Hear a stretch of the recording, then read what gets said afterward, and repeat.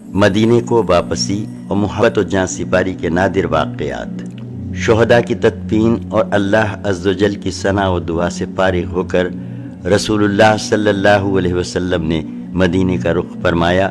جس طرح دوران کارزار اہل ایمان صحابہ سے محبت و جاں سپاری کے نادر واقعات کا ظہور ہوا تھا، اسی طرح اثناء راہ میں اہل ایمان صاحبیات سے صدق و جاں سپاری کے عجیب عجیب واقعات ظہور میں آئے۔ چنانچہ راستے میں حضور صلی اللہ علیہ وسلم کی ملاقات حضرت حمنہ بنت جہش سے ہوئی۔ انہیں ان کے بھائی عبداللہ بن جہش کی شہادت کی خبر دی گئی۔ انہوں نے انا للہ پڑھی اور دعائے مغفرت کی۔ پھر ان کے ماموں حضرت حمزہ بن عبد المطلب کی شہادت کی خبر دی گئی۔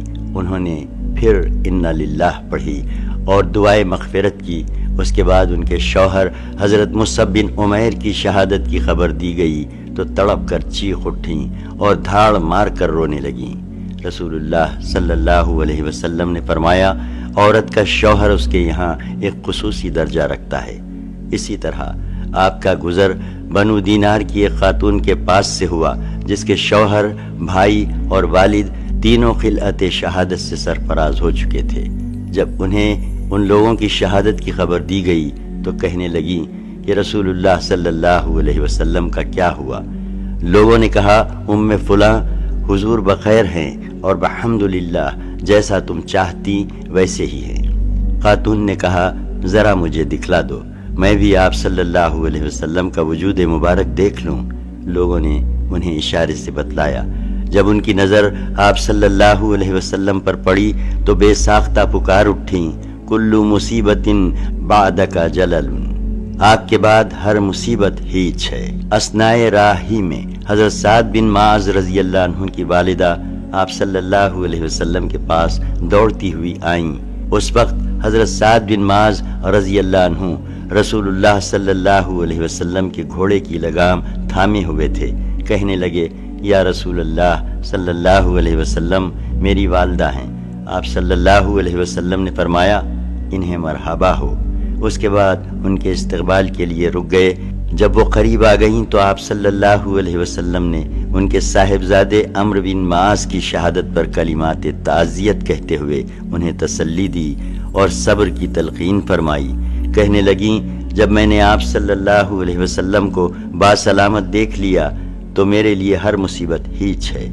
پھر رسول اللہ صلی اللہ علیہ وسلم نے شہدائے احد کے لیے دعا فرمائی اور فرمایا، اے ام سعد، تم خوش ہو جاؤ اور شہداء کے گھر والوں کو خوشخبری سنا دو کہ ان کے شہداء سب کے سب ایک ساتھ جنت میں ہیں اور اپنے گھر والوں کے بارے میں ان سب کی شفاعت قبول کر لی گئی ہے۔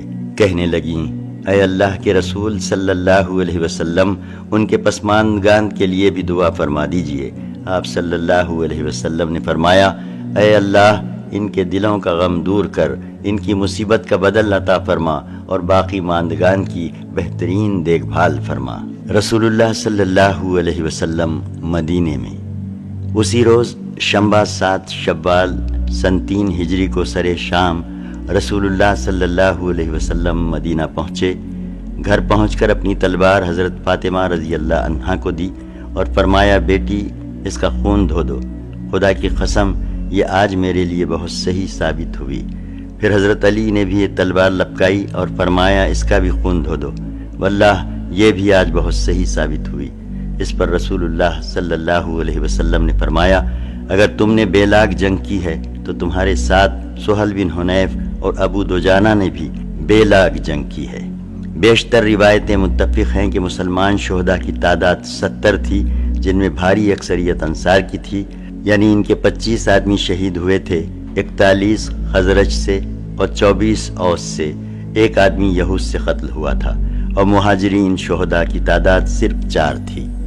باقی رہے قریش کے مقتولین تو ابن اسحاق کے بیان کے مطابق ان کی تعداد 22 تھی، لیکن اصحاب مغازی اور اہل سیر نے اس معرکے کی جو تفصیلات ذکر کی ہیں اور جن میں ضمناً جنگ کے مختلف مرحلوں میں قتل ہونے والے مشرکین کا تذکرہ آیا ہے، ان پر گہری نظر رکھتے ہوئے دقت پسندی کے ساتھ حساب لگایا جائے تو یہ تعداد 22 نہیں بلکہ 37 ہوتی ہے، واللہ اعلم۔ مدینے میں ہنگامی حالت۔ مسلمانوں نے مورکہ احد سے واپس آ کر 8 شوال سن 3 ہجری شنبہ و یکشنبہ کی درمیانی رات ہنگامی حالت میں گزاری۔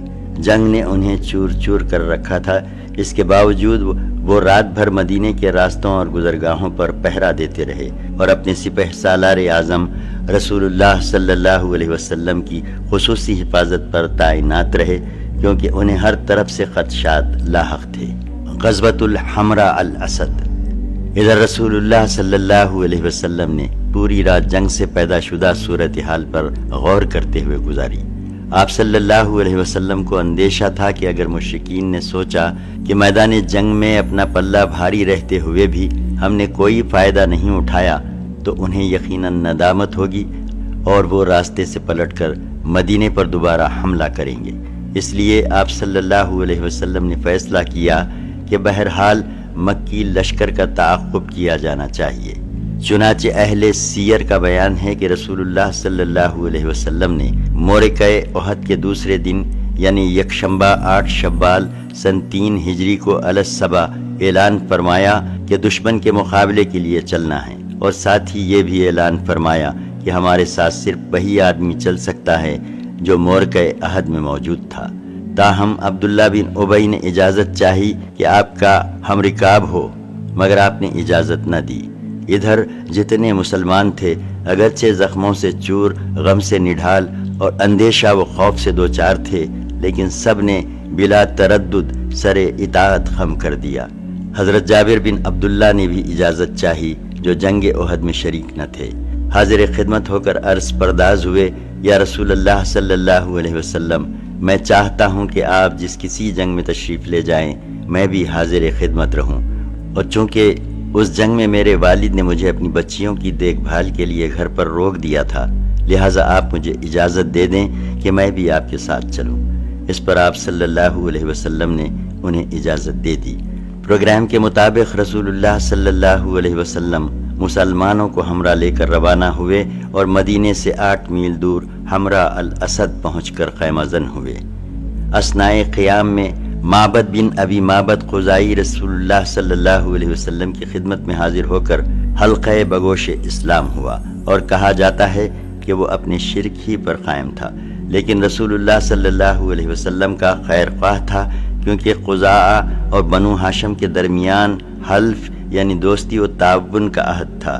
بہرکیف اس نے کہا، اے محمد صلی اللہ علیہ وسلم، آپ کو اور آپ کے رفقا کو جو زک پہنچی ہے وہ واللہ ہم پر سخت گراں گزری ہے۔ ہماری آرزو تھی کہ اللہ آپ کو بعافیت رکھتا۔ اس اظہار ہمدردی پر رسول اللہ صلی اللہ علیہ وسلم نے اس سے فرمایا کہ ابو سفیان کے پاس جائے اور اس کی حوصلہ شکنی کرے۔ ادھر رسول اللہ صلی اللہ علیہ وسلم نے جو اندیشہ محسوس کیا تھا کہ مشرکین مدینے کی طرف پلٹنے کی بات سوچیں گے، وہ بالکل برحق تھا۔ چنانچہ مشرکین نے مدینے سے 36 میل دور مقام روحہ پہنچ کر جب پڑاؤ ڈالا تو آپس میں ایک دوسرے کو ملامت کی، کہنے لگے، تم لوگوں نے کچھ نہیں کیا، ان کی شوکت و قوت توڑ کر انہیں یوں ہی چھوڑ دیا، حالانکہ ابھی ان کے اتنے سر باقی ہیں کہ وہ تمہارے لیے پھر درد سر بن سکتے ہیں، لہٰذا واپس چلو اور انہیں جڑ سے صاف کر دو۔ لیکن ایسا محسوس ہوتا ہے کہ یہ سطحی رائے تھی جو ان لوگوں کی طرف سے پیش کی گئی تھی جنہیں فریقین کی قوت اور ان کے حوصلوں کا صحیح اندازہ نہ تھا۔ اسی لیے ایک ذمہ دار افسر صفوان بن امیہ نے اس رائے کی مخالفت کی اور کہا کہ لوگوں ایسا نہ کرو، مجھے خطرہ ہے کہ جو مسلمان غزوہ احد میں نہیں آئے تھے وہ بھی اب تمہارے خلاف جمع ہو جائیں گے، لہٰذا اس حالت میں واپس چلے چلو کہ فتح تمہاری ہے، ورنہ مجھے خطرہ ہے کہ مدینے پر پھر چڑھائی کرو گے تو گردش میں پڑ جاؤ گے۔ لیکن بھاری اکثریت نے یہ رائے قبول نہ کی اور فیصلہ کیا کہ مدینہ واپس چلیں گے، لیکن ابھی پڑاؤ چھوڑ کر ابو سفیان اور اس کے فوجی ہلے بھی نہ تھے کہ معبد بن ابی معبد خزائی پہنچ گیا۔ ابو سفیان کو معلوم نہ تھا کہ یہ مسلمان ہو گیا ہے۔ اس نے پوچھا، معبد پیچھے کی کیا خبر ہے؟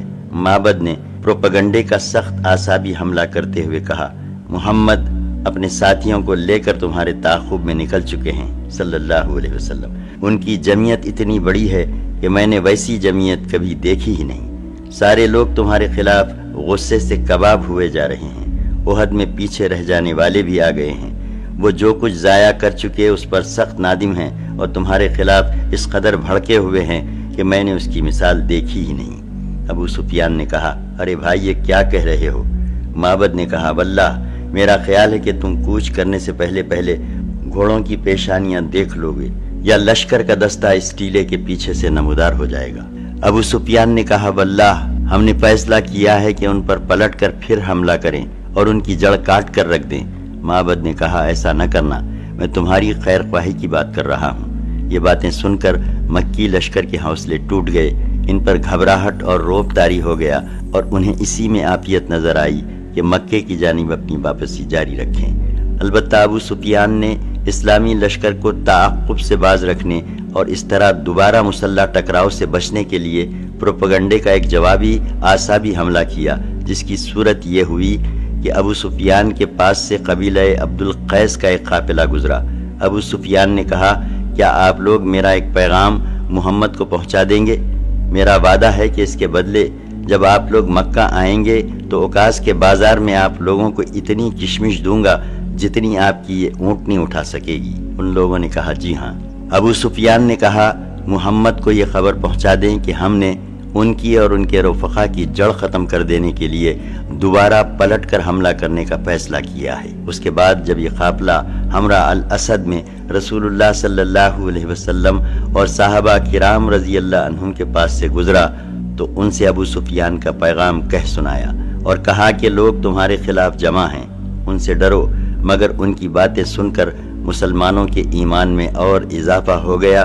انہوں نے کہا، حسبنا اللہ و نعم الوکیل، اللہ ہمارے لیے کافی ہے اور وہ بہترین کارساز ہے۔ اس ایمانی قوت کی بدولت وہ لوگ اللہ کی نعمت اور فضل کے ساتھ پلٹے، انہیں کسی برائی نے نہ چھوا اور انہوں نے اللہ کی رضامندی کی پیروی کی اور اللہ بڑے فضل والا ہے۔ رسول اللہ صلی اللہ علیہ وسلم اتوار کے دن ہمراہ الاسد تشریف لے گئے تھے۔ دوشنبہ، منگل اور بدھ یعنی 9، 10، 11 شوال سن 3 ہجری تک وہیں مقیم رہے۔ اس کے بعد مدینہ واپس آئے۔ مدینہ واپسی سے پہلے ابو عزہ جمحی آپ صلی اللہ علیہ وسلم کی گرفت میں آ گیا۔ یہ وہی شخص ہے جسے بدر میں گرفتار کیے جانے کے بعد اس کے فقر اور لڑکیوں کی کثرت کے سبب اس شرط پر بلا عوض چھوڑ دیا گیا تھا کہ وہ رسول اللہ صلی اللہ علیہ وسلم کے خلاف کسی کا تعاون نہیں کرے گا، لیکن اس شخص نے وعدہ خلافی اور عہد شکنی کی اور اپنے اشعار کے ذریعے نبی صلی اللہ علیہ وسلم اور صحابہ کرام رضی اللہ عنہم کے خلاف لوگوں کے جذبات کو برانگیختہ کیا، جس کا ذکر پچھلے صفحات میں آ چکا ہے۔ پھر مسلمانوں سے لڑنے کے لیے خود بھی جنگ احد میں آیا۔ جب یہ گرفتار کر کے رسول اللہ صلی اللہ علیہ وسلم کی خدمت میں لایا گیا تو کہنے لگا، محمد میری لغزش سے درگزر کرو، مجھ پر احسان کر دو اور میری بچیوں کی خاطر مجھے چھوڑ دو، میں عہد کرتا ہوں کہ اب دوبارہ ایسی حرکت نہیں کروں گا۔ نبی صلی اللہ علیہ وسلم نے فرمایا، اب یہ نہیں ہو سکتا کہ تم مکے جا کر اپنے رخسار پر ہاتھ پھیرو اور کہو کہ میں نے محمد کو 2 مرتبہ دھوکہ دیا۔ مومن ایک سوراخ سے 2 مرتبہ نہیں ڈسا جاتا ہے۔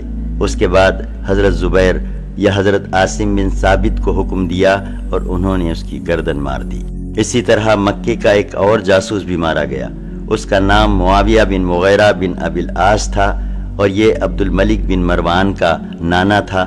یہ شخص اس طرح زد میں آیا کہ جب احد کے روز مشرکین واپس چلے گئے تو یہ اپنے چچیرے بھائی حضرت عثمان بن عفان رضی اللہ عنہ سے ملنے آیا۔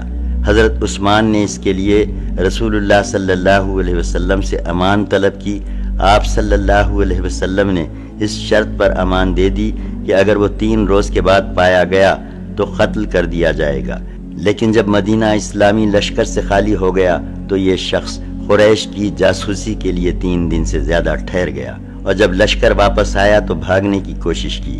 رسول اللہ صلی اللہ علیہ وسلم نے حضرت زید بن حارثہ اور عمار بن یاسر رضی اللہ عنہما کو حکم دیا اور انہوں نے اس شخص کا تعاقب کر کے اسے تیغ کر دیا۔ غزوہ حمراء الاسد کا ذکر اگرچہ ایک مستقل نام سے کیا جاتا ہے مگر یہ در حقیقت کوئی مستقل غزوہ نہ تھا بلکہ غزوہ احد ہی کا جز اور اسی کے صفحات میں سے ایک صفحہ تھا۔ جنگ احد میں فتح و شکست کا ایک تجزیہ، یہ ہے غزوہ احد۔ اپنے تمام مراحل اور جملہ تفصیلات سمیت اس غزوے کے انجام کے بارے میں بڑی طویل بحثیں کی گئی ہیں کہ آیا اسے مسلمانوں کی شکست سے تعبیر کیا جائے یا نہیں۔ جہاں تک حقائق کا تعلق ہے تو اس میں شبہ نہیں کہ جنگ کے دوسرے راؤنڈ میں مشرکین کو بالادستی حاصل تھی اور میدان جنگ انہی کے ہاتھ تھا۔ جانی نقصان بھی مسلمانوں ہی کا زیادہ ہوا اور زیادہ خوفناک شکل میں ہوا، اور مسلمانوں کا کم از کم ایک گروہ یقیناً شکست کھا کر بھاگا، اور جنگ کی رفتار مکی لشکر کے حق میں رہی۔ لیکن ان سب کے باوجود بعض امور ایسے ہیں جن کی بنا پر ہم اسے مشرکین کی فتح سے تعبیر نہیں کر سکتے۔ ایک تو یہی بات قطعی طور پر معلوم ہے کہ مکی لشکر مسلمانوں کے کیمپ پر قابض نہیں ہو سکا تھا، اور مدنی لشکر کے بڑے حصے نے سخت اتھل پتھل اور بدنظمی کے باوجود فرار نہیں اختیار کیا تھا، بلکہ انتہائی دلیری سے لڑتے ہوئے اپنے سپہ سالار کے پاس جمع ہو گیا تھا۔ نیز مسلمانوں کا پلہ اس حد تک ہلکا نہیں ہوا تھا کہ مکی لشکر ان کا تعاقب کرتا۔ علاوہ ازیں کوئی ایک بھی مسلمان کافروں کی قید میں نہیں گیا، نہ کفار نے کوئی مال غنیمت حاصل کیا۔ پھر کفار جنگ کے تیسرے راؤنڈ کے لیے تیار نہیں ہوئے، حالانکہ اسلامی لشکر ابھی اپنے کیمپ ہی میں تھا۔ علاوہ ازیں کفار نے میدان جنگ میں 1 یا 2 یا 3 دن تک قیام نہیں کیا، بلکہ اس زمانے میں فاتحین کا یہی دستور تھا، اور فتح کی یہ ایک نہایت ضروری علامت تھی۔ مگر کفار نے بالکل جھٹ پٹ واپسی اختیار کی اور مسلمانوں سے پہلے ہی میدان جنگ خالی کر دیا۔ نیز انہیں ذریت اور مال لوٹنے کے لیے مدینے میں داخل ہونے کی جرت نہ ہوئی، حالانکہ یہ شہر چند ہی قدم کے فاصلے پر تھا اور فوج سے مکمل طور پر خالی اور ایک دم کھلا پڑا تھا۔ راستے میں کوئی رکاوٹ نہ تھی۔ ان ساری باتوں کا ماحصل یہ ہے کہ قریش کو زیادہ سے زیادہ صرف یہ حاصل ہوا کہ انہوں نے ایک وقتی موقع سے فائدہ اٹھا کر مسلمانوں کو ذرا سخت قسم کی زک پہنچا دی، ورنہ اسلامی لشکر کو نرغے میں لینے کے بعد اسے کلی طور پر قتل یا قید کر لینے کا جو فائدہ انہیں جنگی نقطۂ نظر سے لازماً حاصل ہونا چاہیے تھا، اس میں وہ ناکام رہے، اور اسلامی لشکر قدرے بڑے خسارے کے باوجود نرغہ توڑ کر نکل گیا، اور اس طرح کا خسارہ تو بہت سی دفعہ خود فاتحین کو برداشت کرنا پڑتا ہے۔ اس لیے اس معاملے کو مشرکین کی فتح سے تعبیر نہیں کیا جا سکتا، بلکہ واپسی کے لیے ابو سفیان کی عجلت اس بات کی غماز ہے کہ اسے خطرہ تھا کہ اگر جنگ کا تیسرا دور شروع ہو گیا تو اس کا لشکر سخت تباہی اور شکست سے دوچار ہو جائے گا۔ اس بات کی مزید تائید ابو سفیان کے اس موقف سے ہوتی ہے جو اس نے غزوہ حمراء الاسد کے تئیں اختیار کیا تھا۔ ایسی صورت میں ہم اس غزوے کو کسی ایک فریق کی فتح اور دوسرے کی شکست سے تعبیر کے بجائے غیر منفصل جنگ کہہ سکتے ہیں، جس میں ہر فریق نے کامیابی اور خسارے سے اپنا اپنا حصہ حاصل کیا۔ پھر میدان جنگ سے بھاگے بغیر اور اپنے کیمپ کو دشمن کے قبضے کے لیے چھوڑے بغیر لڑائی سے دامن کشی اختیار کر لی، اور غیر منفصل جنگ کہتے ہی اسی کو ہے۔ اسی جانب اللہ تعالیٰ کے اس ارشاد سے بھی اشارہ نکلتا ہے۔ سورہ 4 آیت 104، قوم یعنی مشرکین کے تعاقب میں ڈھیلے نہ پڑو، اگر تم الم محسوس کر رہے ہو تو تمہاری ہی طرح وہ بھی الم محسوس کر رہے ہیں، اور تم لوگ اللہ سے اس چیز کی امید رکھتے ہو جس کی وہ امید نہیں رکھتے۔ اس آیت میں اللہ تعالیٰ نے ضرر پہنچانے اور ضرر محسوس کرنے میں ایک لشکر کو دوسرے لشکر سے تشبیہ دی ہے، جس کا مفاد یہ ہے کہ دونوں فریق کے موقف متماثل تھے، اور دونوں فریق اس حالت میں واپس ہوئے تھے کہ کوئی بھی غالب نہ تھا۔ اس غزوے پر قرآن کا تبصرہ۔ بعد میں قرآن مجید نازل ہوا تو اس میں اس مورکے کے ایک ایک مرحلے پر روشنی ڈالی گئی اور تبصرہ کرتے ہوئے ان اسباب کی نشاندہی کی گئی جن کے نتیجے میں مسلمانوں کو اس عظیم خسارے سے دوچار ہونا پڑا تھا، اور بتلایا گیا تھا کہ اس طرح کے فیصلہ کن مواقع پر اہل ایمان اور یہ امت جسے دوسروں کے مقابل خیر امت ہونے کا امتیاز حاصل ہے، جن اونچے اور اہم مقاصد کے حصول کے لیے وجود میں لائی گئی ہے، ان کے لحاظ سے ابھی اہل ایمان کے مختلف گروہوں میں کیا کیا کمزوریاں رہ گئی ہیں۔ اسی طرح قرآن مجید نے منافقین کے موقف کا ذکر کرتے ہوئے ان کی حقیقت بے نقاب کی، ان کے سینوں میں خدا اور رسول کے خلاف چھپی ہوئی عداوت کا پردہ فاش کیا، اور سادہ لوح مسلمانوں میں ان منافقین اور ان کے بھائی یہود نے جو وسوسے پھیلا رکھے تھے ان کا ازالہ فرمایا، اور ان قابل ستائش حکمتوں اور مقاصد کی طرف اشارہ فرمایا جو اس مورکے کا حاصل تھیں۔ اس مورکے کے متعلق سورہ آل عمران کی 60 آیتیں نازل ہوئیں۔ سب سے پہلے مورکے کے ابتدائی مرحلے کا ذکر کیا گیا۔ ارشاد ہوا سورہ 3 آیت 121، یاد کرو جب تم اپنے گھر سے نکل کر میدان احد میں گئے اور وہاں مومنین کو قتال کے لیے جا بجا مقرر کر رہے تھے۔ پھر آخر میں اس مورکے کے نتائج اور حکمت پر ایک جامع روشنی ڈالی گئی اور ارشاد ہوا سورہ 3 آیت 179، ایسا نہیں ہو سکتا کہ اللہ مومنین کو اسی حالت پر چھوڑ دے جس پر تم لوگ ہو، یہاں تک کہ خبیث کو پاکیزہ سے الگ کر دے، اور ایسا نہیں ہو سکتا کہ اللہ تمہیں غیب پر مطلع کرے، لیکن وہ اپنے پیغمبروں میں سے جسے چاہتا ہے منتخب کر لیتا ہے۔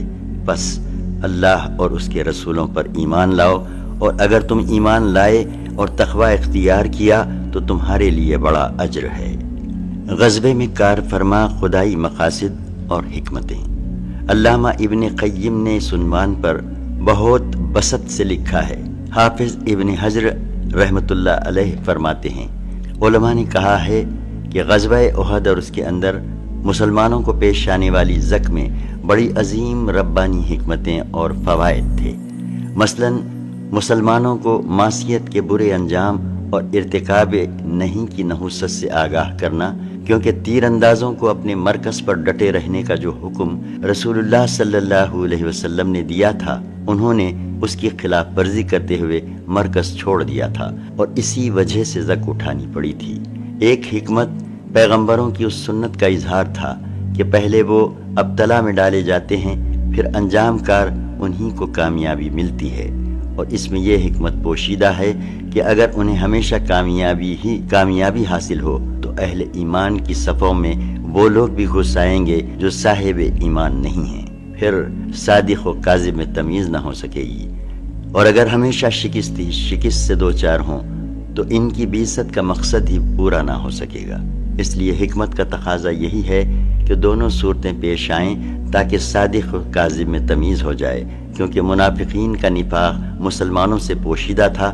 جب یہ واقعہ پیش آیا اور اہل نفاق نے اپنے قول و فعل کا اظہار کیا تو اشارتاً صراحت میں بدل گیا، اور مسلمانوں کو معلوم ہو گیا کہ خود ان کے اپنے گھروں کے اندر بھی ان کے دشمن موجود ہیں۔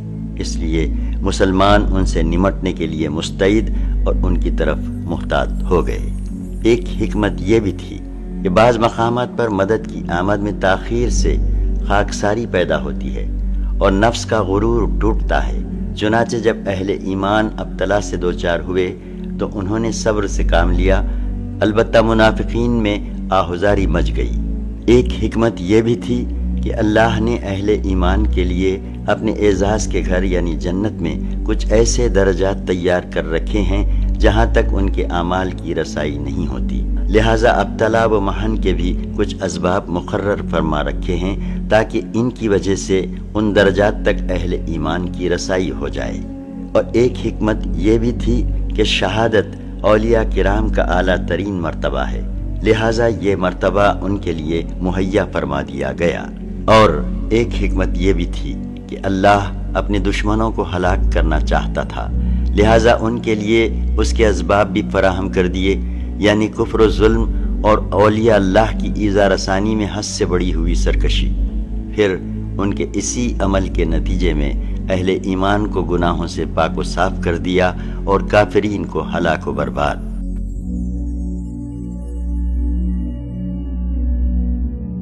احد کے بعد فوجی مہمات۔ مسلمانوں کی شہرت اور ساکھ پر احد کی ناکامی کا بہت برا اثر پڑا۔ ان کی ہوا اکھڑ گئی اور مخالفین کے دلوں سے ان کی ہیبت جاتی رہی۔ اس کے نتیجے میں اہل ایمان کی داخلی اور خارجی مشکلات میں اضافہ ہو گیا۔ مدینے پر ہر جانب سے خطرات منڈلانے لگے۔ یہود، منافقین اور بدوؤں نے کھل کر عداوت کا مظاہرہ کیا اور ہر گروہ نے مسلمانوں کو زک پہنچانے کی کوشش کی، بلکہ یہ توقع باندھ لی کہ وہ مسلمانوں کا کام تمام کر سکتا ہے اور انہیں بھی قبل سے اکھاڑ سکتا ہے۔ چنانچہ اس غزوے پر ابھی 2 مہینے بھی نہیں گزرے تھے کہ بنو اسد نے مدینے پر چھاپا مارنے کی تیاری کی۔ پھر سفر سن 4 ہجری میں ازل اور قارہ کے قبائل نے ایک ایسی مکارانہ چال چلی کہ 10 صحابہ کرام کو جام شہادت نوش کرنا پڑا، اور ٹھیک اسی مہینے میں رئیس بنو عامر نے اسی طرح کی ایک دغابازی کے ذریعے 70 صحابہ کرام کو شہادت سے ہمکنار کرایا۔ یہ حادثہ بئر معونہ کے نام سے معروف ہے۔ اس دوران بنو نذیر بھی کھلی عداوت کا مظاہرہ شروع کر چکے تھے، یہاں تک کہ انہوں نے ربیع الاول سن 4 ہجری میں خود نبی کریم صلی اللہ علیہ وسلم کو شہید کرنے کی کوشش کی۔ ادھر بنو غطفان کی جرأت اس قدر بڑھ گئی تھی کہ انہوں نے جمادی الاولیٰ سن 4 ہجری میں مدینے پر حملے کا پروگرام بنایا۔ غرض مسلمانوں کی جو ساکھ غزوہ احد میں اکھڑ گئی تھی، اس کے نتیجے میں مسلمان ایک مدت تک پہم خطرات سے دوچار رہے، لیکن یہ تو نبی کریم صلی اللہ علیہ وسلم کی حکمت بالغہ تھی جس نے سارے خطرات کا رخ پھیر کر مسلمانوں کی ہیبت رفتہ واپس دلا دی اور انہیں دوبارہ مجد و عزت کے مقام بلند تک پہنچا دیا۔ اس سلسلے میں آپ کا سب سے پہلا قدم حمراء الاسد تک مشرکین کے تعاقب کا تھا۔ اس کارروائی سے آپ کے لشکر کی آبرو بڑی حد تک برقرار رہ گئی، کیونکہ یہ ایسا پروقار اور شجاعت پر مبنی جنگی اقدام تھا کہ مخالفین خصوصاً منافقین اور یہود کا منہ حیرت سے کھلے کا کھلا رہ گیا۔ پھر آپ صلی اللہ علیہ وسلم نے مسلسل ایسی جنگی کارروائیاں کیں کہ ان سے مسلمانوں کی صرف سابقہ ہیبت ہی بحال نہیں ہوئی بلکہ اس میں مزید اضافہ بھی ہو گیا۔ اگلے صفحات میں انہی کا کچھ تذکرہ کیا جا رہا ہے۔ ایک، سریہ ابی سلمہ۔ جنگ احد کے بعد مسلمانوں کے خلاف سب سے پہلے بنو اسد خزیمہ کا قبیلہ اٹھا۔ اس کے متعلق مدینے میں یہ اطلاع پہنچی کہ خویلد کے 2 بیٹے طلحہ اور سلمہ اپنی قوم اور اپنے اطاعت شعاروں کو لے کر بنو اسد کو رسول اللہ صلی اللہ علیہ وسلم پر حملے کی دعوت دیتے پھر رہے ہیں۔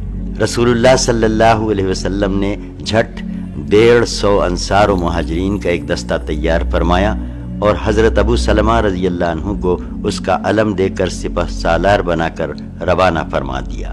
حضرت ابو سلمہ نے بنو اسد کی حرکت میں آنے سے پہلے ہی ان پر اس قدر اچانک حملہ کیا کہ وہ بھاگ کر ادھر ادھر بکھر گئے۔ مسلمانوں نے ان کے اونٹ اور بکریوں پر قبضہ کر لیا اور سالم و غانم مدینہ واپس آ گئے۔ انہیں دو بدو جنگ بھی نہیں لڑنی پڑی۔ یہ سریہ محرم سن 4 ہجری کا چاند نمودار ہونے پر روانہ کیا گیا تھا۔ واپسی کے بعد حضرت ابو سلمہ رضی اللہ عنہ کا ایک زخم جو انہیں احد میں لگا تھا پھوٹ پڑا اور اس کی وجہ سے وہ جلد ہی وفات پا گئے۔ 2، عبداللہ بن انیس رضی اللہ عنہ کی مہم۔ اسی ماہ محرم سن 4 ہجری کی 5 تاریخ کو یہ خبر ملی کہ خالد بن سفیان حذلی مسلمانوں پر حملہ کرنے کے لیے فوج جمع کر رہا ہے۔ رسول اللہ صلی اللہ علیہ وسلم نے اس کے خلاف کارروائی کے لیے عبداللہ بن انیس رضی اللہ عنہ کو روانہ فرمایا۔ عبداللہ بن انیس رضی اللہ عنہ مدینے سے 8 روز باہر رہ کر 23 محرم کو واپس تشریف لائے۔ وہ خالد کو قتل کر کے اس کا سر بھی ہمراہ لائے تھے۔ جب خدمت نبوی صلی اللہ علیہ وسلم میں حاضر ہو کر انہوں نے یہ سر آپ کے سامنے پیش کیا تو آپ نے انہیں ایک عصا مرحمت فرمایا اور فرمایا کہ یہ میرے اور تمہارے درمیان قیامت کے روز نشانی رہے گا۔ چنانچہ جب ان کی وفات کا وقت آیا تو انہوں نے وصیت کی کہ یہ عصا بھی ان کے ساتھ ان کے کفن میں لپیٹ دیا جائے۔ 3، رجی کا حادثہ۔ اسی سال سن 4 ہجری کے ماہ سفر میں رسول اللہ صلی اللہ علیہ وسلم کے پاس ازل اور قارہ کے کچھ لوگ حاضر ہوئے اور ذکر کیا کہ ان کے اندر اسلام کا کچھ چرچا ہے، لہٰذا آپ صلی اللہ علیہ وسلم ان کے ہمراہ کچھ لوگوں کو دین سکھانے اور قرآن پڑھانے کے لیے روانہ فرما دیں۔ آپ صلی اللہ علیہ وسلم نے ابن اسحاق کے بقول 6 افراد کو اور صحیح بخاری کی روایت کے مطابق 10 افراد کو روانہ فرمایا، اور ابن اسحاق کے بقول مرثد بن ابی مرثد غنوی کو اور صحیح بخاری کی روایت کے مطابق عاصم بن عمر بن خطاب کے نانا حضرت عاصم بن ثابت کو ان کا امیر مقرر فرمایا۔ جب یہ لوگ رابغ اور جدہ کے درمیان قبیلہ حذیل کے رجی نامی ایک چشمے پر پہنچے تو ان پر ازل اور خارا کے مذکورہ افراد نے قبیلہ حذیل کی ایک شاخ بنو لحیان کو چڑھا دیا، اور بنو لحیان کے کوئی 100 تیر انداز ان کے پیچھے لگ گئے اور نشانات قدم دیکھ دیکھ کر انہیں جا لیا۔ یہ صحابہ کرام ایک ٹیلے پر پناہ گیر ہو گئے۔ بنو لحیان نے انہیں گھیر لیا اور کہا، تمہارے لیے عہد و پیما ہے کہ اگر ہمارے پاس اتر آؤ تو ہم تمہارے کسی آدمی کو قتل نہیں کریں گے۔ حضرت عاصم نے اترنے سے انکار کر دیا اور اپنے رفقا سمیت ان سے جنگ شروع کر دی۔ بالآخر تیروں کی بوچھاڑ سے 7 افراد شہید ہو گئے اور صرف 3 آدمی حضرت خبیب، زید بن دسنہ اور ایک اور صحابی باقی بچے۔ اب پھر بنو لحیان نے اپنا عہد و پیما دہرایا اور اس پر تینوں صحابی ان کے پاس اتر آئے، لیکن انہوں نے قابو پاتے ہی بد عہدی کی اور انہیں اپنی کمانوں کی تانت سے باندھ لیا، اور اس پر تیسرے صحابی نے یہ کہتے ہوئے یہ پہلی بد عہدی ہے، ان کے ساتھ جانے سے انکار کر دیا۔ انہوں نے کھینچ گھسیٹ کر ساتھ لے جانے کی کوشش کی، لیکن کامیاب نہ ہوئے تو انہیں قتل کر دیا، اور حضرت خبیب اور زید رضی اللہ عنہما کو مکہ لے جا کر بیچ دیا۔ ان دونوں صحابہ نے بدر کے روز اہل مکہ کے سرداروں کو قتل کیا تھا۔ حضرت خبیب کچھ عرصہ اہل مکہ کی قید میں رہے، پھر مکے والوں نے ان کے قتل کا ارادہ کیا اور انہیں حرم سے باہر تنعیم لے گئے۔ جب سولی پر چڑھانا چاہا تو انہوں نے فرمایا، مجھے چھوڑ دو، ذرا 2 رکعت نماز پڑھ لوں۔ مشرکین نے چھوڑ دیا اور آپ نے 2 رکعت نماز پڑھی۔ جب سلام پھیر چکے تو فرمایا، بخدا اگر تم لوگ یہ نہ کہتے کہ میں جو کچھ کر رہا ہوں گھبراہٹ کی وجہ سے کر رہا ہوں تو میں کچھ اور طول دیتا۔ اس کے بعد فرمایا، اے اللہ انہیں ایک ایک کر کے گن لے، پھر انہیں بکھیر کر مارنا اور ان میں سے کسی ایک کو باقی نہ چھوڑنا۔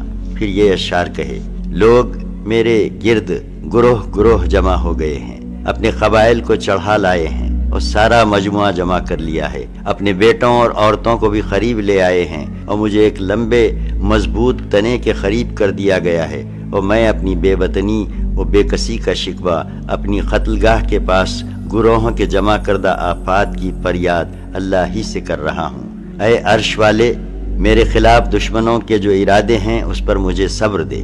انہوں نے مجھے بوٹی بوٹی کر دیا ہے اور میری خوراک بری ہو گئی ہے۔ انہوں نے مجھے کفر کا اختیار دیا ہے، حالانکہ موت اس سے کمتر اور آسان ہے۔ میری آنکھیں آنسو کے بغیر امنڈ آئیں، میں مسلمان مارا جاؤں تو مجھے پرواہ نہیں کہ اللہ کی راہ میں کس پہلو پر قتل ہوں گا۔ یہ تو اللہ کی ذات کے لیے ہے، اور وہ چاہے تو بوٹی بوٹی کیے ہوئے اعضا کے جوڑ جوڑ میں برکت دے۔ اس کے بعد ابو سفیان نے حضرت خبیب سے کہا، کیا تمہیں یہ بات پسند آئے گی کہ تمہارے بدلے محمد ہمارے پاس ہوتے، ہم ان کی گردن مارتے اور تم اپنے اہل و عیال میں رہتے؟ انہوں نے کہا، نہیں واللہ مجھے تو یہ بھی گوارا نہیں ہے کہ میں اپنے اہل و عیال میں رہوں اور اس کے بدلے محمد صلی اللہ علیہ وسلم کو جہاں آپ ہیں وہیں رہتے ہوئے کانٹا چبھ جائے اور وہ آپ کو تکلیف دے۔ اس کے بعد مشرکین نے انہیں سولی پر لٹکا دیا اور ان کی لاش کی نگرانی کے لیے آدمی مقرر کر دیے، لیکن حضرت عمر بن امیہ زمری رضی اللہ عنہ تشریف لائے اور رات میں جھانسا دے کر لاش اٹھا لے گئے اور اسے دفن کر دیا۔ حضرت خبیب کا قاتل عقبہ بن حارث تھا۔ حضرت خبیب نے اس کے باپ حارث کو جنگ بدر میں قتل کیا تھا۔ صحیح بخاری میں مروی ہے کہ حضرت خبیب پہلے بزرگ ہیں جنہوں نے قتل کے موقع پر 2 رکعت نماز پڑھنے کا طریقہ مشروع کیا۔ انہیں قید میں دیکھا گیا کہ وہ انگور کے گچھے کھا رہے تھے، حالانکہ ان دنوں مکے میں کھجور بھی نہیں ملتی تھی۔ دوسرے صحابی جو اس واقعے میں گرفتار ہوئے تھے یعنی حضرت زید بن دسنہ، انہیں صفوان بن امیہ نے خرید کر اپنے باپ کے بدلے قتل کر دیا۔ قریش نے اس مقصد کے لیے بھی آدمی بھیجے کہ حضرت عاصم کے جسم کا کوئی ٹکڑا لائیں جس سے انہیں پہچانا جا سکے، کیونکہ انہوں نے جنگ بدر میں قریش کے کسی عظیم آدمی کو قتل کیا تھا، لیکن اللہ نے ان پر بھیڑوں کا جھنڈ بھیج دیا جس نے قریش کے آدمیوں سے ان کی لاش کی حفاظت کی، اور یہ لوگ ان کا کوئی حصہ حاصل کرنے پر قدرت نہ پا سکے۔ در حقیقت حضرت عاصم نے اللہ سے یہ عہد و پیما کر رکھا تھا کہ نہ انہیں کوئی مشرک چھوئے گا، نہ وہ کسی مشرک کو چھوئیں گے۔ بعد میں جب حضرت عمر رضی اللہ عنہ کو اس واقعے کی خبر ہوئی تو فرمایا کرتے تھے کہ اللہ مومن بندے کی حفاظت اس کی وفات کے بعد بھی کرتا ہے جیسے اس کی زندگی میں کرتا ہے۔ 4 بئر معونہ کا المیہ۔ جس مہینے رجی کا حادثہ پیش آیا ٹھیک اسی مہینے بئر معونہ کا المیہ بھی پیش آیا، جو رجی کے حادثے سے کہیں زیادہ سنگین تھا۔ اس واقعے کا خلاصہ یہ ہے کہ ابو برا عامر بن مالک، جو ملائب الاسنا یعنی نیزوں سے کھیلنے والا کے لقب سے مشہور تھا، مدینہ خدمت نبوی میں حاضر ہوا۔ آپ صلی اللہ علیہ وسلم نے اسے اسلام کی دعوت دی۔ اس نے اسلام تو قبول نہیں کیا لیکن دوری بھی اختیار نہیں کی۔ اس نے کہا، اے اللہ کے رسول صلی اللہ علیہ وسلم، اگر آپ اپنے اصحاب کو دعوت دین کے لیے اہل نجد کے پاس بھیجیں تو مجھے امید ہے کہ وہ لوگ آپ کی دعوت قبول کر لیں گے۔ آپ صلی اللہ علیہ وسلم نے فرمایا، مجھے اپنے صحابہ کے متعلق اہل نجد سے خطرہ ہے۔ ابو برا نے کہا، وہ میری پناہ میں ہوں گے۔ اس پر نبی صلی اللہ علیہ وسلم نے ابن اسحاق کے بقول 40 اور صحیح بخاری کی روایت کے مطابق 70 آدمیوں کو اس کے ہمراہ بھیج دیا۔ 70 ہی کی روایت درست ہے، اور منذر بن عمر کو، جو بنو سعدہ سے تعلق رکھتے تھے اور معتق الموت یعنی موت کے لیے آزاد کردہ کے لقب سے مشہور تھے، ان کا امیر بنا دیا۔ یہ لوگ فضلہ، قرا اور سادات و اخیار صحابہ تھے۔ دن میں لکڑیاں کاٹ کر اس کے عوض اہل صفہ کے لیے غلہ خریدتے اور قرآن پڑھتے پڑھاتے تھے، اور رات میں خدا کے حضور مناجات و نماز کے لیے کھڑے ہو جاتے تھے۔ اس طرح چلتے چلاتے معونہ کے کنویں پر جا پہنچے۔ یہ کنواں بنو عامر اور حرہ بنی سلیم کے درمیان ایک زمین میں واقع ہے۔ وہاں پڑاؤ ڈالنے کے بعد ان صحابہ کرام نے ام سلیم کے بھائی حرام بن ملحان کو رسول اللہ صلی اللہ علیہ وسلم کا خط دے کر دشمن خدا عامر بن طفیل کے پاس روانہ کیا، لیکن اس نے خط کو دیکھا تک نہیں اور ایک آدمی کو اشارہ کر دیا، جس نے حضرت حرام کو پیچھے سے اس زور کا نیزہ مارا کہ وہ نیزہ آر پار ہو گیا۔ خون دے کر حضرت حرام نے فرمایا، اللہ اکبر، رب کعبہ کی قسم میں کامیاب ہو گیا۔ اس کے بعد فوراً ہی اس دشمن خدا عامر نے باقی صحابہ رضی اللہ عنہم پر حملہ کرنے کے لیے اپنے قبیلے بنی عامر کو آواز دی، مگر انہوں نے ابو برا کی پناہ کے پیش نظر اس کی آواز پر کان نہ دھرے۔ ادھر سے مایوس ہو کر اس شخص نے بنو سلیم کو آواز دی۔ بنو سلیم کے 3 قبیلوں میں اسیا، رعل اور زکوان نے اس پر لبیک کہا اور جھٹ آ کر ان صحابہ کرام کا محاصرہ کر لیا، جو جواباً صحابہ کرام رضی اللہ عنہم نے بھی لڑائی کی، مگر سب کے سب شہید ہو گئے۔ صرف حضرت کعب بن زید بن نجار رضی اللہ عنہ زندہ بچے۔ انہیں شہداء کے درمیان سے زخمی حالت میں اٹھا لایا گیا اور وہ جنگ خندق تک حیات رہے۔ ان کے علاوہ مزید 2 صحابہ حضرت عمر بن امیہ زمری اور حضرت منذر بن عقبہ بن عامر رضی اللہ عنہما اونٹ چروا رہے تھے۔ انہوں نے جائے واردات پر چڑیوں کو منڈلاتے دیکھا تو سیدھے جائے واردات پر پہنچے۔ پھر حضرت منذر تو اپنے رفقا کے ساتھ مل کر مشرکین سے لڑتے ہوئے شہید ہو گئے، اور حضرت عمر بن امیہ زمری کو قید کر لیا گیا۔ لیکن جب بتایا گیا کہ ان کا تعلق قبیلے مضر سے ہے تو عامر نے ان کی پیشانی کے بال کٹوا کر اپنی ماں کی طرف سے، جس پر ایک گردن آزاد کرنے کی نظر تھی، آزاد کر دیا۔ حضرت عمر بن امیہ زمری رضی اللہ عنہ اس دردناک المیہ کی خبر لے کر مدینہ پہنچے۔ 70 فاضل مسلمین کی شہادت کا المیہ، جس نے جنگ احد کا چرکا تازہ کر دیا، اور وہ بھی اس فرق کے ساتھ کہ شہدائے احد تو ایک کھلی ہوئی اور دو بدو جنگ میں مارے گئے تھے، مگر یہ بیچارے ایک شرمناک غداری کی نظر ہو گئے۔ حضرت عمر بن امیہ زمری واپسی میں وادی قنات کے سرے پر واقع مقام قرقرہ پہنچے تو ایک درخت کے سائے میں اتر پڑے۔ وہیں بنو کلاب کے 2 آدمی بھی آ کر اتر رہے۔ جب وہ دونوں بے خبر سو گئے تو حضرت عمر بن امیہ رضی اللہ عنہ نے ان دونوں کا صفایا کر دیا۔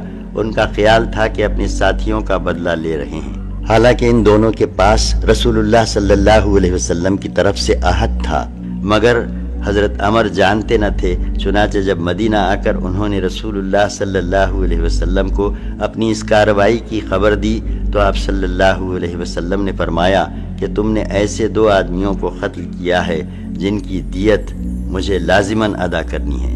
اس کے بعد آپ مسلمان اور ان کے خلفائے یہود سے دیت جمع کرنے میں مشغول ہو گئے، اور یہی غزوہ بنی نذیر کا سبب بنا۔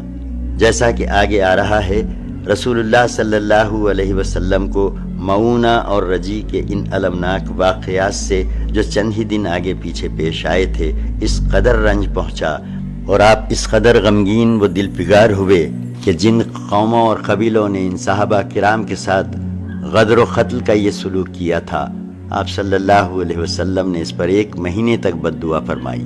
چنانچہ صحیح بخاری میں حضرت انس رضی اللہ عنہ سے مروی ہے کہ جن لوگوں نے آپ صلی اللہ علیہ وسلم کے صحابہ کو بئر معونہ پر شہید کیا تھا، آپ صلی اللہ علیہ وسلم نے ان پر 30 روز تک بد دعا کی۔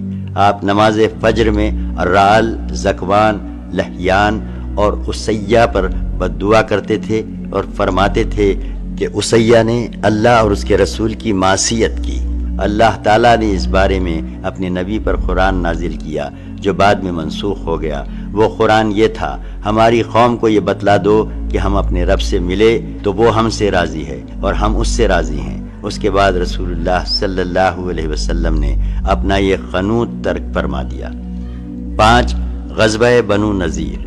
ہم بتا چکے ہیں کہ یہود اسلام اور مسلمانوں سے جلتے بھونتے تھے، مگر چونکہ یہ مرد میدان نہ تھے، سازشی اور دسیسہ کار تھے، اس لیے جنگ کے بجائے کینے اور عداوت کا مظاہرہ کرتے تھے اور مسلمانوں کو عہد پیما کے باوجود اذیت دینے کے لیے طرح طرح کے حیلے اور تدبیریں کرتے تھے۔ البتہ بنو قینوقہ کی جلاوطنی اور کعب بن اشرف کے قتل کا واقعہ پیش آیا تو ان کے حوصلے ٹوٹ گئے اور انہوں نے خوف زدہ ہو کر خاموشی اور سکون اختیار کر لیا۔ لیکن غزوہ احد کے بعد ان کی جرت پھر پلٹ آئی۔ انہوں نے کھلم کھلا عداوت و بد عہدی کی، مدینہ کے منافقین اور مکے کے مشرکین سے پس پردہ ساٹھ گانٹھ کی اور مسلمانوں کے خلاف مشرکین کی حمایت میں کام کیا۔ نبی صلی اللہ علیہ وسلم نے سب کچھ جانتے ہوئے صبر سے کام لیا، لیکن رجی اور معونہ کے حادثات کے بعد ان کی جرت و جسارت حد سے بڑھ گئی اور انہوں نے نبی صلی اللہ علیہ وسلم ہی کے خاتمے کا پروگرام بنا لیا۔ اس کی تفصیل یہ ہے کہ نبی صلی اللہ علیہ وسلم اپنے چند صحابہ کے ہمراہ یہود کے پاس تشریف لے گئے اور ان سے بنو کلاب کے ان دونوں مقتولین کی دیت میں اعانت کے لیے بات چیت کی، جنہیں حضرت عمر بن امیہ زمری نے غلطی سے قتل کر دیا تھا۔ ان پر معاہدے کی روح سے یہ اعانت واجب تھی۔ انہوں نے کہا، ابو القاسم، ہم ایسا ہی کریں گے، آپ یہاں تشریف رکھیے، ہم آپ کی ضرورت پوری کیے دیتے ہیں۔ آپ ان کے ایک گھر کی دیوار سے ٹیک لگا کر بیٹھ گئے اور ان کے وعدے کی تکمیل کا انتظار کرنے لگے۔ آپ صلی اللہ علیہ وسلم کے ساتھ حضرت ابو بکر رضی اللہ عنہ، حضرت عمر رضی اللہ عنہ، حضرت علی رضی اللہ عنہ اور صحابہ کرام رضی اللہ عنہم کی ایک جماعت بھی تشریف فرما تھی۔ ادھر یہود تنہائی میں جمع ہوئے تو ان پر شیطان سوار ہو گیا اور جو بدبختی ان کا نوشتہ تقدیر بن چکی تھی اسے شیطان نے خوشنما بنا کر پیش کیا۔ یعنی ان یہود نے باہم مشورہ کیا کہ کیوں نہ نبی صلی اللہ علیہ وسلم ہی کو قتل کر دیا جائے۔ چنانچہ انہوں نے کہا، کون ہے جو اس چکی کو لے کر اوپر جائے اور آپ کے سر پر گرا کر آپ کو کچل دے؟ اس پر ایک بدبخت یہودی عمرو بن جہاش نے کہا، میں۔ ان لوگوں سے سلام بن مشکم نے کہا بھی کہ ایسا نہ کرو، کیونکہ خدا کی قسم انہیں تمہارے ارادوں کی خبر دے دی جائے گی، اور پھر ہمارے اور ان کے درمیان جو عہد و پیما ہیں یہ اس کی خلاف ورزی بھی ہے۔ لیکن انہوں نے ایک نہ سنی اور اپنے منصوبے کو روبہ عمل لانے کے عزم پر برقرار رہے۔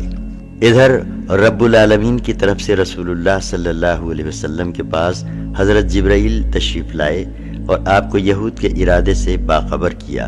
آپ تیزی سے اٹھے اور مدینے کی طرف چل پڑے۔ بعد میں صحابہ کرام رضی اللہ عنہم بھی آپ سے آن ملے اور کہنے لگے، آپ اٹھ آئے اور ہم سمجھ نہ سکے۔ آپ صلی اللہ علیہ وسلم نے بتلایا کہ یہود کا کیا ارادہ تھا۔ مدینہ واپس آ کر آپ نے فوراً ہی محمد بن مسلمہ کو بنی نذیر کے پاس روانہ فرمایا اور انہیں یہ نوٹس دیا کہ تم لوگ مدینے سے نکل جاؤ، اب یہاں میرے ساتھ نہیں رہ سکتے۔ تمہیں 10 دن کی مہلت دی جاتی ہے، اس کے بعد جو شخص پایا جائے گا اس کی گردن مار دی جائے گی۔ اس نوٹس کے بعد یہود کو جلا وطنی کے سوا کوئی چارہ کار سمجھ میں نہیں آیا، چنانچہ وہ چند دن تک سفر کی تیاریاں کرتے رہے۔ یہاں اسی دوران عبداللہ بن ابی رئیس المنافقین نے کہلا بھیجا کہ اپنی جگہ برقرار رہو، ڈٹ جاؤ اور گھر بار نہ چھوڑو۔ میرے پاس 2000 مردان جنگی ہیں جو تمہارے ساتھ تمہارے قلعے میں داخل ہو کر تمہاری حفاظت میں جان دے دیں گے، اور اگر تمہیں نکالا ہی گیا تو ہم بھی تمہارے ساتھ نکل جائیں گے اور تمہارے بارے میں کسی سے ہرگز نہیں دبیں گے، اور اگر تم سے جنگ کی گئی تو ہم تمہاری مدد کریں گے، اور بنو قریظہ اور بنو غطفان جو تمہارے حلیف ہیں وہ بھی تمہاری مدد کریں گے۔ یہ پیغام سن کر یہود کی خود اعتمادی پلٹ آئی اور انہوں نے طے کر لیا کہ جلا وطن ہونے کی بجائے ٹکر لی جائے گی۔ ان کے سردار حیی بن اخطب کو توقع تھی کہ رأس المنافقین نے جو کچھ کہا ہے وہ پورا کرے گا، اس لیے اس نے رسول اللہ صلی اللہ علیہ وسلم کے پاس جوابی پیغام بھیج دیا کہ ہم اپنے دیار سے نہیں نکلتے، آپ کو جو کرنا ہو کر لیں۔ اس میں شبہ نہیں کہ مسلمانوں کے لحاظ سے یہ صورتحال نازک تھی، کیونکہ ان کے لیے اپنی تاریخ کے ایک نازک اور پیچیدہ موڑ پر دشمنوں سے ٹکراؤ کچھ زیادہ قابل اطمینان نہ تھا، انجام خطرناک ہو سکتا تھا۔ آپ دیکھ ہی رہے ہیں کہ سارا عرب مسلمانوں کے خلاف تھا اور مسلمانوں کے 2 تبلیغی وفود نہایت بے دردی سے طے تیغ کیے جا چکے تھے۔ پھر بنی نذیر کے یہود اتنے طاقتور تھے کہ ان کا ہتھیار ڈالنا آسان نہ تھا اور ان سے جنگ مول لینے میں طرح طرح کے خدشات تھے، مگر بئر معونہ کے المیے سے پہلے اور اس کے بعد کے حالات نے جو نئی کروٹ لی تھی، اس کی وجہ سے مسلمان قتل اور بد عہدی جیسے جرائم کے سلسلے میں زیادہ حساس ہو گئے تھے، اور ان جرائم کا ارتکاب کرنے والوں کے خلاف مسلمانوں کا جذبہ انتقام فزوں تر ہو گیا تھا۔ لہٰذا انہوں نے طے کر لیا کہ چونکہ بنو نذیر نے رسول اللہ صلی اللہ علیہ وسلم کے قتل کا پروگرام بنایا تھا، اس لیے ان سے بہرحال لڑنا ہے، خواہ اس کے نتائج جو بھی ہوں۔ چنانچہ جب رسول اللہ صلی اللہ علیہ وسلم کو حیی بن اخطب کا جوابی پیغام ملا تو آپ صلی اللہ علیہ وسلم نے اور صحابہ کرام رضی اللہ عنہم نے کہا اللہ اکبر، اور پھر لڑائی کے لیے اٹھ کھڑے ہوئے اور حضرت ابن ام مکتوم کو مدینہ کا انتظام سونپ کر بنو نذیر کے علاقے کی طرف روانہ ہو گئے۔ حضرت علی بن ابی طالب رضی اللہ عنہ کے ہاتھ میں علم تھا۔ بنو نذیر کے علاقے میں پہنچ کر ان کا محاصرہ کر لیا گیا۔ ادھر بنو نذیر نے اپنے قلعوں اور گڑیوں میں پناہ لی اور قلعہ بند رہ کر فصیل سے تیر اور پتھر برساتے رہے، چونکہ کھجور کے باغات ان کے لیے سپر کا کام دے رہے تھے، اس لیے آپ صلی اللہ علیہ وسلم نے حکم دیا کہ ان درختوں کو کاٹ کر جلا دیا جائے۔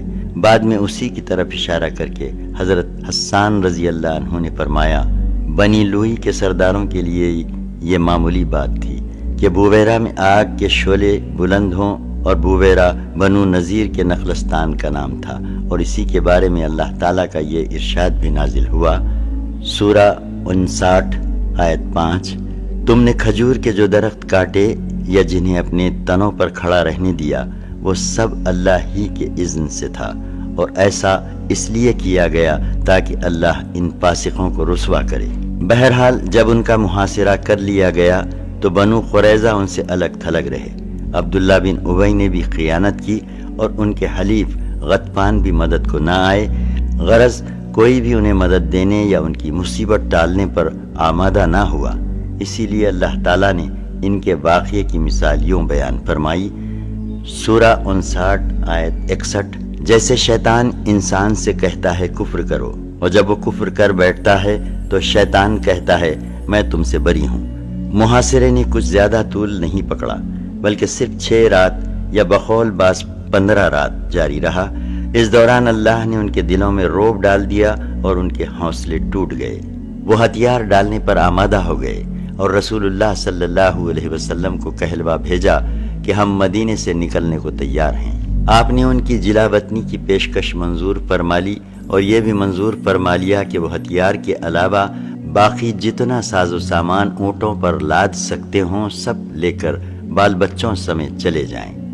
بنو نذیر نے اس منظوری کے بعد ہتھیار ڈال دیے اور اپنے ہاتھوں اپنے مکانات اجاڑ ڈالے تاکہ دروازے اور کھڑکیاں بھی لاد لے جائیں، بلکہ بعض نے تو چھت کی کڑیاں اور دیواروں کی کھوٹیاں بھی لاد لیں۔ پھر عورتوں اور بچوں کو سوار کیا اور 600 اونٹوں پر لد لدا کر روانہ ہو گئے۔ بیشتر یہود اور ان کے اکابر مثلاً حیی بن اخطب اور سلام بن ابی الحقیق نے خیبر کا رخ کیا۔ ایک جماعت ملک شام روانہ ہوئی۔ صرف 2 آدمی یعنی یامین بن عمرو اور ابو سعید بن وہب نے اسلام قبول کیا، لہٰذا ان کے مال کو ہاتھ نہیں لگایا گیا۔ رسول اللہ صلی اللہ علیہ وسلم نے شرط کے مطابق بنو نذیر کے ہتھیار، زمین، گھر اور باغات اپنے قبضے میں لے لیے۔ ہتھیار میں 50 زرہیں، 50 خود اور 340 تلواریں تھیں۔ بنو نذیر کے یہ باغات، زمین اور مکانات خالص رسول اللہ صلی اللہ علیہ وسلم کا حق تھا۔ آپ صلی اللہ علیہ وسلم کو اختیار تھا کہ آپ اسے اپنے لیے محفوظ رکھیں یا جسے چاہیں دیں۔ چنانچہ آپ صلی اللہ علیہ وسلم نے مال غنیمت کی طرح ان اموال کا خمس یعنی 5واں حصہ نہیں نکالا، کیونکہ اسے اللہ نے آپ کو بطور فی دے دیا تھا۔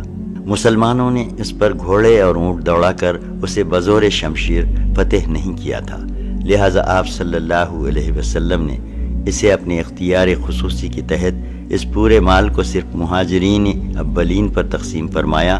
البتہ 2 انصاری صحابہ یعنی ابو دجانہ اور سہل بن حنیف رضی اللہ عنہما کو ان کے فخر کے سبب اس میں سے کچھ عطا فرمایا۔ اس کے علاوہ آپ نے ایک چھوٹا سا ٹکڑا اپنے لیے محفوظ رکھا، جس میں سے آپ اپنی ازواج مطہرات کا سال بھر کا خرچ نکالتے تھے، اور اس کے بعد جو کچھ بچتا تھا اسے جہاد کی تیاری کے لیے ہتھیار اور گھوڑوں کی فراہمی میں صرف فرما دیتے تھے۔ غزوہ بنی نذیر ربیع الاول سن 4 ہجری اگست 625 عیسوی میں پیش آیا، اور اللہ تعالیٰ نے اس تعلق سے پوری سورہ حشر نازل فرمائی، جس میں یہود کی جلا وطنی کا نقشہ کھینچتے ہوئے منافقین کے طرز عمل کا پردہ فاش کیا گیا، اور مال پئی کے احکام بیان فرماتے ہوئے مہاجرین و انصار کی مدح و ستائش کی گئی ہے، اور یہ بھی بتایا گیا ہے کہ جنگی مصالح کے پیش نظر دشمن کے درخت کاٹے جا سکتے ہیں اور ان میں آگ لگائی جا سکتی ہے، پھر ایسا کرنا فساد فی الارض نہیں ہے۔ پھر اہل ایمان کو تقویٰ کے التزام اور آخرت کی تیاری کی تاکید کی گئی ہے۔ ان سب کے بعد اللہ تعالیٰ نے اپنی حمد و ثنا فرماتے ہوئے اور اپنے اسماء و صفات کو بیان کرتے ہوئے سورت ختم فرما دی ہے۔ ابن عباس رضی اللہ عنہ اس سورہ حشر کے بارے میں فرمایا کرتے تھے کہ اسے سورہ بنو نذیر کہو۔ 6 غزوہ نجد۔ غزوہ بنی نذیر میں کسی قربانی کے بغیر مسلمانوں کو شاندار کامیابی حاصل ہوئی۔ اس سے مدینے میں قائم مسلمانوں کا اقتدار مضبوط ہو گیا اور منافقین پر بددلی چھا گئی۔ اب انہیں کھل کر کچھ کرنے کی جرت نہیں ہو رہی تھی۔ اس طرح رسول اللہ صلی اللہ علیہ وسلم ان بددعاؤں کی خبر لینے کے لیے یکسو ہو گئے جنہوں نے احد کے بعد ہی سے مسلمانوں کو سخت مشکلات میں الجھا رکھا تھا، اور نہایت ظالمانہ طریقے سے داعیان اسلام پر حملے کر کے انہیں موت کے گھاٹ اتار چکے تھے، اور اب ان کی جرت اس حد تک بڑھ چکی تھی کہ وہ مدینے پر چڑھائی کی سوچ رہے تھے۔ چنانچہ غزوہ بنو نذیر سے فارغ ہو کر رسول اللہ صلی اللہ علیہ وسلم ابھی ان بدعہدوں کی تادیب کے لیے اٹھے بھی نہ تھے کہ آپ صلی اللہ علیہ وسلم کو اطلاع ملی کہ بنو غطفان کے 2 قبیلے بنو محارب اور بنو ثعلبہ لڑائی کے لیے بددعاؤں اور اعرابیوں کی نفری فراہم کر رہے ہیں۔ اس خبر کے ملتے ہی نبی صلی اللہ علیہ وسلم نے نجد پر یلغار کا فیصلہ کیا اور صحرائے نجد میں دور تک گھستے چلے گئے، جس کا مقصد یہ تھا کہ ان سنگدل بددعاؤں پر خوف طاری ہو جائے اور وہ دوبارہ مسلمانوں کے خلاف پہلے جیسی سنگین کارروائیوں کے اعادے کی جرت نہ کریں۔ ادھر سرکش بددو جو لوٹ مار کی تیاریاں کر رہے تھے، مسلمانوں کی اس اچانک یلغار کی خبر سنتے ہی خوفزدہ ہو کر بھاگ کھڑے ہوئے اور پہاڑوں کی چوٹیوں میں جا دبکے۔ مسلمانوں نے لٹیرے قبائل پر اپنا رعب و دبدبہ قائم کرنے کے بعد امن و امان کے ساتھ واپس مدینے کی راہ لی۔ اہل سیر نے اس سلسلے میں ایک معین غزوے کا نام لیا ہے جو ربیع الاخر یا جمادی الاولیٰ سن 4 ہجری میں سرزمین نجد کے اندر پیش آیا تھا، اور وہ اسی غزوے کو غزوہ ذات الرقاع قرار دیتے ہیں۔ جہاں تک حقائق اور ثبوت کا تعلق ہے تو اس میں شبہ نہیں کہ ان ایام میں نجد کے اندر ایک غزوہ پیش آیا تھا، کیونکہ مدینے کے حالات ہی کچھ ایسے تھے۔ ابو سفیان نے غزوہ احد سے واپسی کے وقت آئندہ سال میدان بدر میں جس غزوے کے لیے للکارا تھا اور جسے مسلمانوں نے منظور کر لیا تھا، اب اس کا وقت قریب آ رہا تھا، اور جنگی نقطۂ نظر سے یہ بات کسی طرح مناسب نہ تھی کہ بدوؤں اور آراب کو ان کی سرکشی اور تمرد پر قائم چھوڑ کر بدر جیسی زوردار جنگ میں جانے کے لیے مدینہ خالی کر دیا جائے، بلکہ ضروری تھا کہ میدان بدر میں جس ہولناک جنگ کی توقع تھی اس کے لیے نکلنے سے پہلے ان بدوؤں کی شوکت پر ایسی ضرب لگائی جائے کہ انہیں مدینے کا رخ کرنے کی جرت نہ ہو۔